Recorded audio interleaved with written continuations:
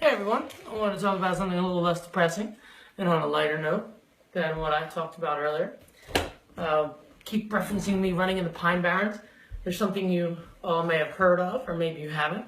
It's called the New Jersey Devil.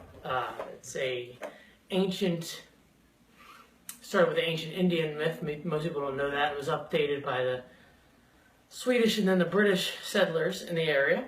And the modern version of the story talks about the Leeds Devil, and it's supposedly a 13th child born to a woman that may have been a witch, and the child was locked in a basement and was born with cloven feet, wings of a bat, head of a horse and all that, and then escaped and terrorized and everything.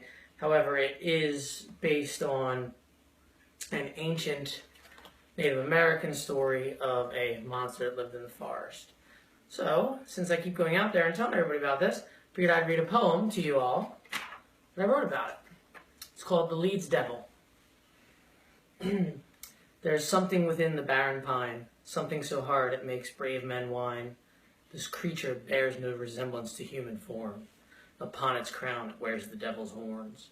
Head of a horse, wings of a bat, cloven feet, such sharp, jagged teeth. There is legends of this devil. What is truth is hard to tell. The New Jersey Devil, a legend that begins with a spell. Cursed at birth, he climbed the walls, ran through the eaves. They changed him in the basement. He could never leave. The terror began before too long. One day he escaped. One day he was gone. That day we stood in silent fear, waiting for the demon to reappear. It began with missing children, so they blamed and shot the wolves. They killed off all the predator. Yet children still go missing in the woods.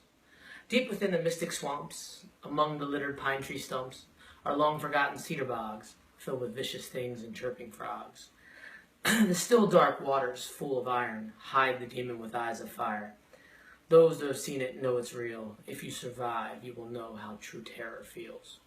The beast had good and faithful parents, or so we are told.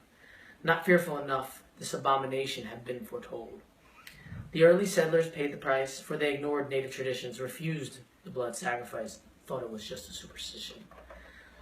Truth be told, it was the natives' curse, for the greedy Europeans stealing their earth. The First Nations' legacy lives today in a dark and haunted forest no adventurer will brave, a dark and haunted pine cursed by the dead Lenape. So this monster will fly, so the monster will walk, this monster cannot die, this beast shall not talk. Heed this lofty warning and forge hasty plans. Leave early in the morning and avoid darkness in the Pine Barrens. A lot of imagery there.